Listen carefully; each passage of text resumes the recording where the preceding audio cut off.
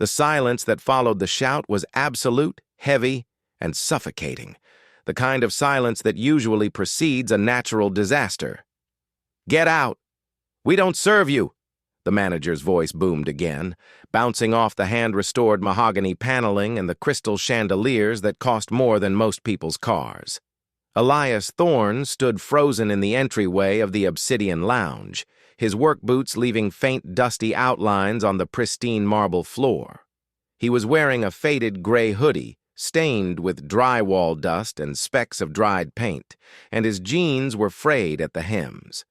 To the casual observer, he looked like a laborer who had wandered off a construction site and lost his way into the city's most exclusive, members-only social club. But Elias knew exactly where he was. He knew this building better than the man currently screaming at him, better than the patrons sipping their $40 cocktails, and certainly better than the history books that had conveniently erased the building's true origins. He took a slow breath, smelling the mix of expensive leather, imported cigars, and the underlying metallic scent of pretension. He didn't move. His stillness seemed to infuriate the manager even more. The man in the suit, whose name tag read Julian V. Sterling in elegant gold script, marched around the hostess stand like a terrier defending a bone.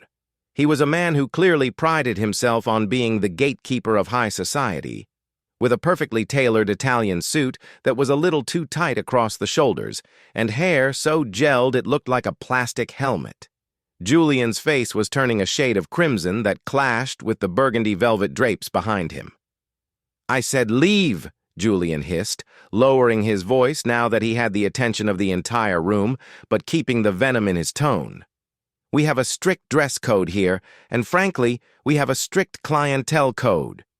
We don't allow loiterers, beggars, or construction workers to harass our paying members. You are disturbing the ambiance." The ambiance. Elias almost laughed. The ambiance of this place used to be the smell of fried catfish and the sound of saxophone blues when it was the Blue Note, the only jazz club in the city where black musicians could play and eat in the same room. But that was 50 years ago, before the gentrification wave washed over the district like a tsunami, erasing the soul of the neighborhood and replacing it with artisanal bakeries and clubs like the Obsidian. "With all due respect," Elias said, his voice a low rumble that vibrated with a calmness that unsettled Julian. "I'm not begging. I'm here to buy a coffee. And perhaps speak to the owner if he's around." The audacity of the request made a woman at the nearest table gasp. She was clutching a designer purse as if Elias was going to telekinetically snatch it from her hands. Julian let out a sharp, incredulous bark of laughter. "A coffee? You want to buy a coffee? This isn't a bodega, pal. A coffee here costs $15, and it comes with a membership fee of $5,000 a year. As for the owner, Mr. Harrington doesn't speak to people who look like they just crawled out of a dumpster. Now turn around, walk out those double doors, and don't make me call security, or the police. I have the precinct captain on speed dial, and I'm sure he'd love to know about a trespasser disturbing the peace." Elias looked at Julian, really looked at him. He saw the fear behind the arrogance. He saw the deep-seated need to exert power over someone, anyone, to feel important. It was the same look Elias had seen 1,000 times growing up in this neighborhood when it was still called the Bottoms.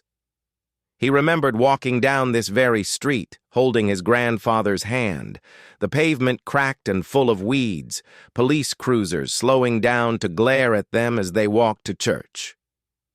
His grandfather, Deacon Thorne, had built the foundation of this building with his own hands back in 1922, back when it was a community hall. He had laid the bricks, mixed the mortar, and poured his sweat into the very walls that Julian was now trying to kick Elias out of. The irony was a bitter pill, but Elias didn't swallow it. He let it dissolve on his tongue, fueling the fire that had brought him back here today. "I have money," Elias said, reaching into his pocket.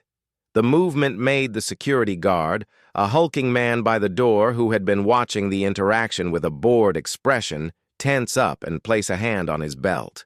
Julian took a step back, his eyes widening dramatically. "Hands where I can see them!" Julian shrieked, his voice cracking. "He's got a weapon!" The room erupted into low murmurs of panic. Chairs scraped against the floor as people shifted away. Elias slowly pulled his hand out, revealing a black leather wallet. It was old, worn at the edges, but genuine leather. He opened it and pulled out a crisp $100 bill. "I just want a coffee," Elias repeated, placing the bill on the polished mahogany of the hostess stand. The contrast of the dusty sleeve of his hoodie against the gleaming wood was striking. "Keep the change." Julian stared at the money as if it were contaminated with a deadly virus. He didn't touch it. Instead, he looked up at Elias with a sneer of pure disgust. "You think you can buy your way in here with $100? You think flashing some cash changes who you are? Take your dirty money and get out. You're staining the wood." He flicked the bill with his finger, sending it fluttering to the floor. It landed near Elias's dusty boot. "Pick it up," Julian commanded, pointing at the floor like he was training a dog. "Pick it up and get out." Elias looked down at the bill, then back up at Julian. The air in the room seemed to drop 10 degrees. The dangerous serenity that had been simmering beneath Elias's surface began to rise. It wasn't the hot, explosive anger of a young man. It was the cold, inevitable pressure of a glacier moving through a valley. He thought about his grandmother, who had worked as a maid in this building when it was converted into offices in the 80s. She had been fired for using the front door instead of the service entrance during a snowstorm. She had told him that story not with bitterness, but with a stern warning. "They will always try to tell you where the door is, Elias. Your job is to buy the building so you can remove the doors entirely." He hadn't understood it then. He was just a kid who liked to draw buildings in his sketchbook, but he understood it now. He understood it in his bones. "I won't pick it up," Elias said softly, "and I won't leave, not until I get what I came for." Julian's face went purple. "That's it. Frank, throw him out and call the cops. Tell them we have an aggressive transient refusing to leave the premises." Frank, the security guard, sighed and stepped forward. He was a big man, but he moved with a reluctance that suggested he wasn't paid enough for this drama. "Look, buddy," Frank grumbled, reaching for Elias's arm. "Just go. You can't win this one. Julian here is tight with the owners. You're just going to get hurt or arrested." Elias didn't flinch. He didn't pull away. He just looked at Frank with sad, knowing eyes. "I'm not here to fight you, brother," Elias said. "I'm here to save you from making a mistake you can't undo." Frank paused, his hand hovering inches from Elias's bicep. There was something in Elias's voice, an authority that didn't match the clothes, a certainty that didn't match the situation. It made Frank hesitate. But Julian wasn't having it. "What are you waiting for? Drag him out. If you don't do it right now, Frank, you're fired too. I'll hire a security team that actually knows how to handle trash." Julian screamed, losing his composure entirely. He pulled out his own phone, his fingers trembling with rage as he dialed 911. "Yes, I need a unit at the Obsidian Lounge immediately. I have a violent intruder. He's threatening staff and guests. He's refusing to leave. Yes, he's black." The way Julian said the word was an accusation in itself, a descriptor he clearly felt explained the violent part of his lie. Elias watched him lie to the operator, watched him weave a narrative that would justify the police coming in with guns drawn. It was a script Elias had seen played out on the news too many times. But today the script was going to have a plot twist that Julian V. Sterling would never see coming. Elias reached into his back pocket again, and this time Frank grabbed his wrist. "Don't do it, man," Frank warned. Elias slowly turned his hand over, showing that he was holding a smartphone, nothing more. "I'm just making a call," Elias said calmly. "I think it's time Mr. Harrington joined this conversation." Julian lowered his phone, a smug smile creeping onto his face. Go ahead. Call him. You think you have the owner's number? You're delusional. Mr. Harrington is in the Hamptons. He doesn't take calls from street rats. Elias unlocked his phone, his thumb hovering over a contact saved simply as Harry.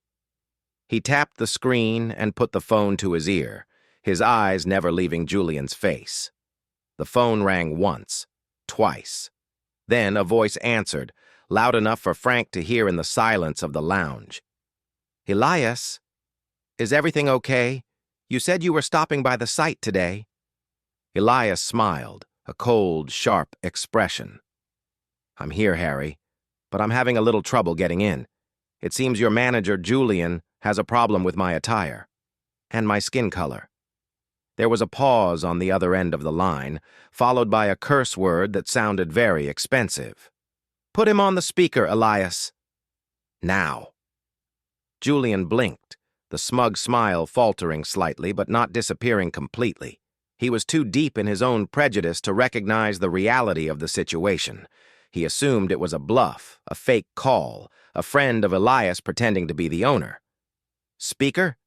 You want me to talk to your buddy on speaker? Julian laughed, a harsh, grating sound. Nice try. I know Mr. Harrington's voice. I've worked for him for 5 years. I'm not falling for some cheap trick. He gestured to Frank again. Toss the phone, then toss him. But Frank didn't move. He was staring at the screen of Elias's phone, which was now turned outward. The name on the screen didn't say Harry. It said William Harrington III, personal. And below it was a profile picture of the billionaire himself, holding a golden retriever. Frank knew that dog. He had walked it once when Harrington visited the club. Frank took a step back, his hands raising in a gesture of surrender. I'm out, Frank muttered. I'm not touching him.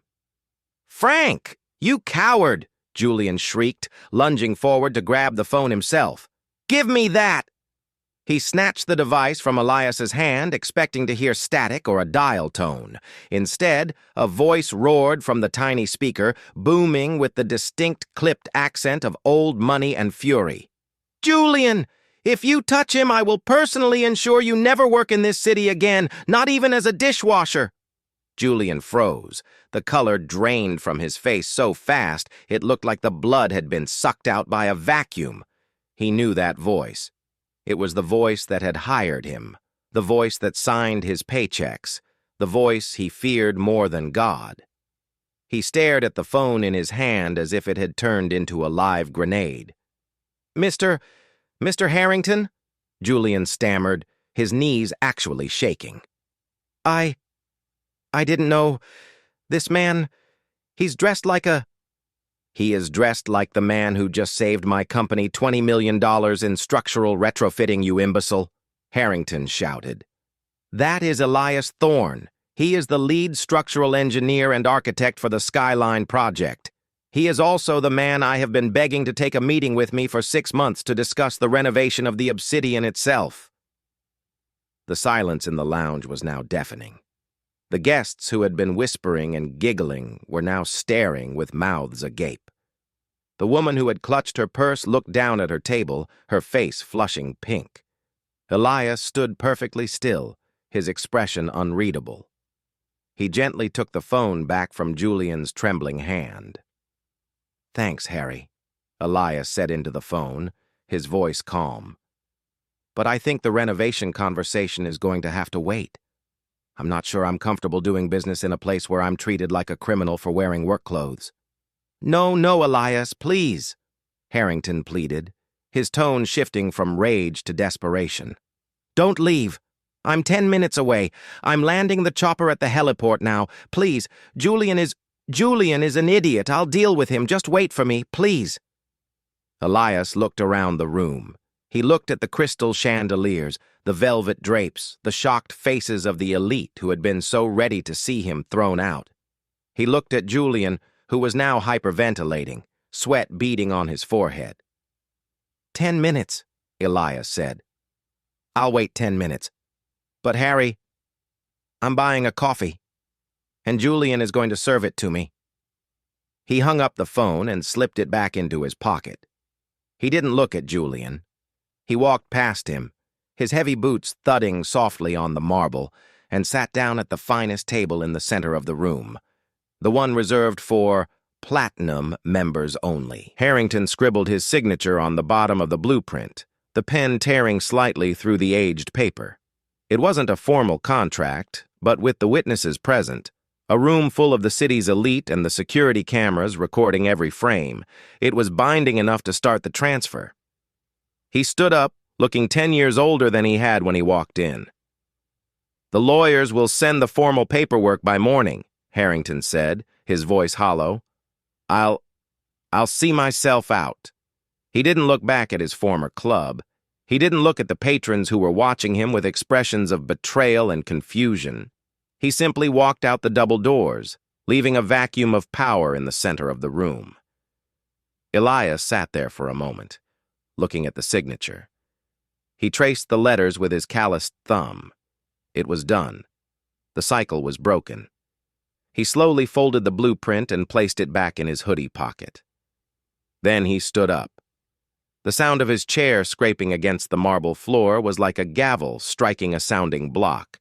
Every eye was on him. The silence was thick, tension vibrating in the air like a plucked violin string. Elias looked at Frank, the security guard who had almost thrown him out 20 minutes ago. Frank was sweating, shifting his weight from one foot to the other, unsure if he still had a job or if he was about to be arrested. Elias walked over to him, his steps heavy and deliberate. He stopped inches from the large man. "Frank," Elias said, his voice level, "you have a choice to make. You can walk out that door with your boss or you can stay. But if you stay, you work for me now, and my rules are very different." Frank looked at the door, then back at Elias. He saw the strength in Elias's eyes, a strength that money couldn't buy. Frank nodded slowly. "I got kids to feed, Mr. Thorne. I'm with you. What are your orders?" "Lock the doors," Elias said, his voice carrying to the back of the room. "Nobody leaves until I say so." A collective gasp went through the lounge. A woman in the back dropped her fork. "Excuse me?" A shrill voice cut through the tension. It was Mrs. Eleanor Higgins, the widow of a steel magnate, sitting at a corner table with her 2 poodles. She stood up, her pearls rattling. "You cannot hold us hostage. This is kidnapping. I am calling the mayor." Elias turned to her. He didn't raise his voice. He didn't need to. "Sit down, Mrs. Higgins," he said. "I'm not holding you hostage. I'm holding a town hall meeting. And since you are sitting on my property, you will listen." Mrs. Higgins opened her mouth to argue, saw the look on Frank's face, who was now standing with his arms crossed, blocking the exit, and slowly sank back into her chair. Elias walked to the center of the room, standing directly under the crystal chandelier. He looked around at the faces of the members. These were the people who ran the city, the judges, the bankers, the developers who had redlined his neighborhood, the politicians who had cut funding for the local schools. They were the ones who had turned the Blue Note into a fortress of exclusion. "For 50 years, Elias began, his voice echoing off the mahogany walls, "this building has been a symbol of who belongs and who doesn't. You created a sanctuary for your egos, built on the foundation of my grandfather's sweat. You made rules about dress codes and membership fees to keep people like me out, to keep the reality of this city out." He paused, making eye contact with a man who was trying to hide his face behind a menu. "Well, reality has arrived," Elias continued. "As of 5 minutes ago, I am the sole owner of this establishment, and I am making some immediate changes to the membership policy." He reached into his pocket and pulled out the $100 bill that Julian had thrown on the floor earlier. He smoothed it out and held it up. "My money wasn't good enough for you. My clothes weren't good enough. My existence disrupted your ambiance." He ripped the bill in half. The sound was sharp and final. "Your memberships are hereby revoked. All of them. Effective immediately." Chaos erupted. People jumped up, shouting, "You can't do that! We paid $5,000. I have a lifetime membership. Elias raised a hand, and Frank stepped forward, silencing the room with his sheer physical presence. I can do it, Elias said calmly. And I just did. You will be refunded your fees by Mr. Harrington's estate, but as for your presence here, he pointed to the door. Get out. We don't serve you. The irony hung in the air, heavy and sweet. The exact words Julian had used were now being turned against the very people who had empowered him. Mrs. Higgins stood up again, trembling with rage. This is reverse discrimination. You are kicking us out because we are white, because we are wealthy. Elias shook his head, a sad smile playing on his lips. No, Mrs. Higgins, I'm not kicking you out because you're white. I'm kicking you out because you stood by and watched a man be dehumanized for wanting a cup of coffee, and you did nothing. You watched a manager threaten to call the police on a structural engineer because of his hoodie, and you sipped your wine. You are complicit, and I don't serve complicity. He gestured to the door. Frank, open it. Let them leave. Frank threw the double doors open. For a moment, nobody moved. The shock of being on the receiving end of rejection was paralyzed them. Then slowly, the exodus began. They gathered their purses, their coats, and their dignity, and shuffled out. They didn't look at Elias. They kept their heads down, scurrying past him like roaches when the lights turn on. Elias watched them go, feeling the weight of the room lift with every person who left. The air seemed to clear. The metallic scent of pretension was fading. When the last patron had left, a young stockbroker who looked like he was about to cry, Frank closed the doors again. The room was empty now, save for Elias, Frank, and the staff. The bartenders, the servers, the busboys. They were standing frozen behind the bar and near the kitchen entrance, watching Elias with wide, fearful eyes. They were mostly black and Latino, people who commuted an hour to serve people who didn't know their names. Elias turned to them. He saw the same fear in their eyes that he had seen in his own reflection years ago. He walked over to the bar where a young woman named Sarah was clutching a towel. You all think you're fired, Elias said gently. Sarah nodded, tears welling up. I need this job, sir. I have a baby at home. Nobody is fired, Elias said, his voice firm. Except Julian. Is he gone? He ran out the back, a busboy said, stepping forward. Good, Elias nodded. The rest of you, you have a choice. You can leave if you want, but if you stay, things are going to change. No more uniforms. He pointed to Sarah's stiff, uncomfortable waistcoat. Burn that. Wear what makes you feel human. No more silence. If a customer is rude to you, you tell them to leave. You are not servants, you are hosts. And most importantly, he looked around at the staff. Everyone gets a raise. Triple the hourly wage. Starting now. The staff looked at each other, disbelief warring with hope. Triple? Sarah whispered. But how will you pay for that? You just kicked out all the paying members. Elias smiled. I don't need their $5,000 memberships. I have something better. I have the community. He pulled out his phone again. He dialed a number and put it on speaker. Hey, Marcus? It's Elias. Yeah, I'm at the site. No, not the construction site, the Obsidian. Yeah, I bought it. Bring the crew, bring the instruments. Bring Auntie May and her gumbo pots. We're opening early tonight. He hung up and looked at his new team. We're bringing the Blue Note back, but first... He looked at the massive oil painting hanging over the fireplace. It depicted a group of stern-looking men in suits signing a document, the original theft of the land. That needs to come down. Elias walked over to the fireplace. He didn't wait for a ladder. He grabbed the heavy gold frame and pulled. The painting crashed to the floor, the canvas ripping. Behind it, the original brickwork was exposed. Scratched into the brick, barely visible but still there, were initials. ST 1922. Silas Thorne. Elias touched the bricks. Welcome home, Grandpa, he whispered. Then he turned to the kitchen staff. "Fire up the ovens. We're going to need a lot of food. Real food. Not those tiny appetizers." He looked at Frank.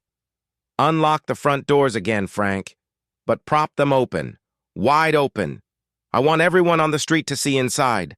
I want them to know that the gates are gone." As Frank propped the heavy oak doors open, the sounds of the city drifted in. Sirens, traffic, voices, life.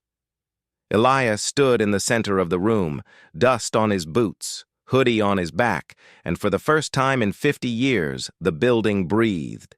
He wasn't just an owner, he was a liberator. But he knew the battle wasn't over.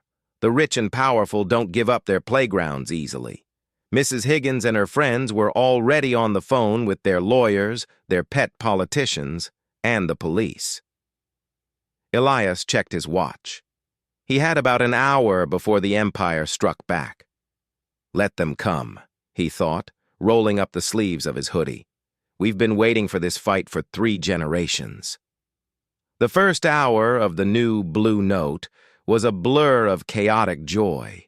Marcus arrived not just with a crew, but with a caravan. He brought his jazz quartet, a van full of folding chairs because the velvet ones were too stiff, and Auntie May, who marched into the industrial kitchen like a general reclaiming a captured fortress. Within 30 minutes, the smell of expensive truffle oil was replaced by the rich, spicy aroma of gumbo and cornbread. The staff, shedding their stiff uniforms for t-shirts and jeans they had in their lockers, moved with a new energy. They weren't shuffling anymore. They were dancing. But Elias wasn't celebrating yet.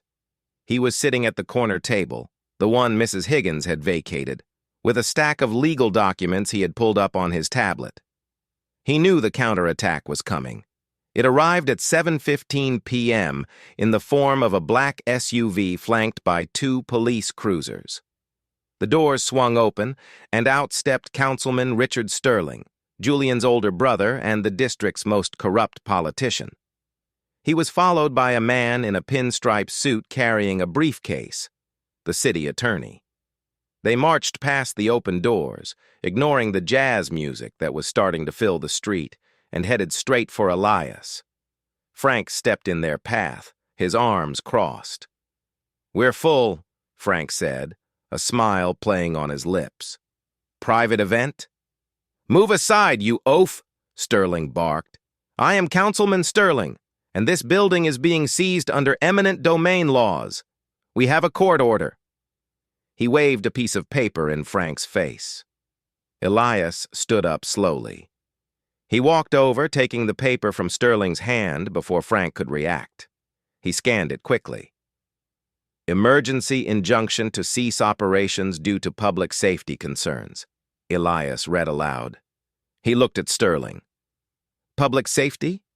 Because we're serving gumbo instead of caviar?" "Because you are operating without a valid liquor license for this specific entity," the city attorney sneered. "The license belongs to Obsidian Enterprises, LLC. You are not that entity.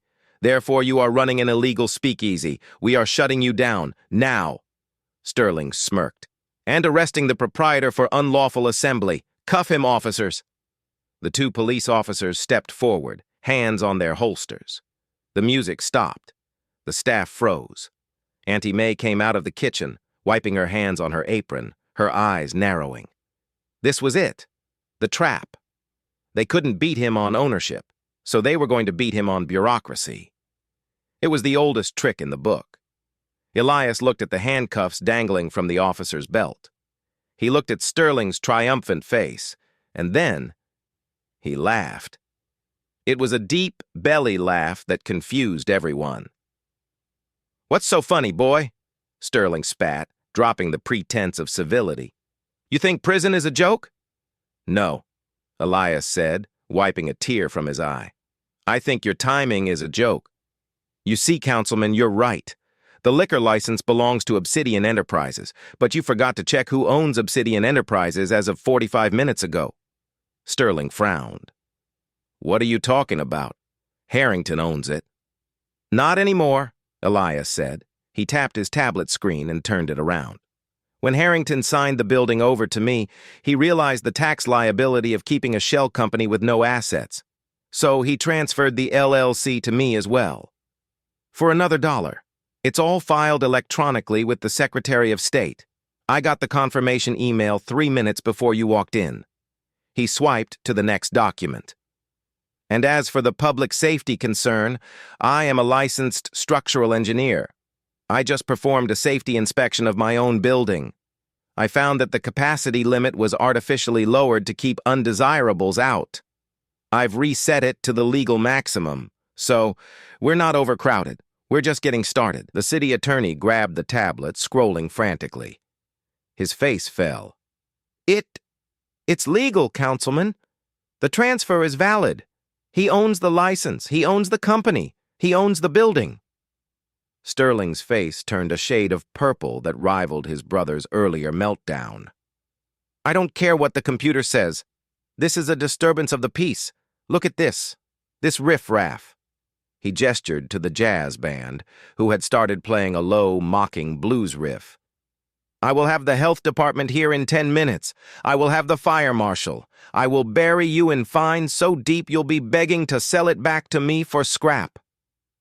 You can try, Elias said, his voice dropping to a dangerous whisper.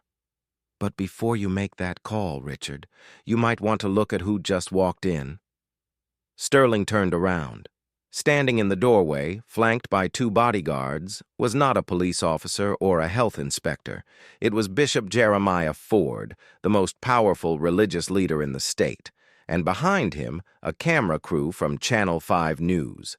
Bishop Ford was a man who could make or break political careers with a single Sunday sermon. He walked straight up to Elias and embraced him. Elias, my son, I heard the good news. The Blue Note is back. And you're feeding the community? Yes, Bishop, Elias said, loud enough for the cameras to pick up. But Councilman Sterling here was just trying to shut us down. He says feeding the hungry is a disturbance of the peace. The reporter thrust a microphone into Sterling's face. Councilman, is it true?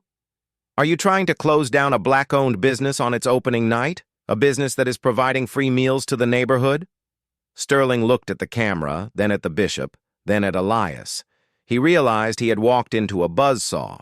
If he shut them down now, on live TV with the bishop watching, he would lose the black vote forever. He would lose the election next month. He stammered, his eyes darting around like a trapped rat. No, of course not. I was just here to welcome the new ownership. Yes, to ensure they had everything they needed. He forced a rictus grin that looked painful. We support small businesses. Absolutely. That's wonderful to hear, Councilman, Elias said, stepping into the frame. Then I'm sure you'll want to make a donation to our Community Restoration Fund. We're raising money to fix the schools your district neglected. Sterling froze. The camera zoomed in. The bishop raised an eyebrow. Certainly, Sterling squeaked. How much? $5,000, Elias said. The price of one of the old memberships. Sterling reached for his checkbook with trembling hands. He wrote the check, handed it to Elias, and practically ran out of the building, his entourage scrambling to keep up. The reporter turned back to Elias.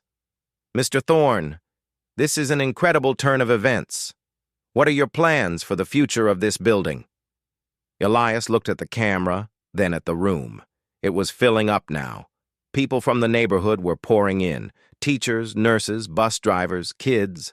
They were eating, laughing, dancing. The barrier was gone.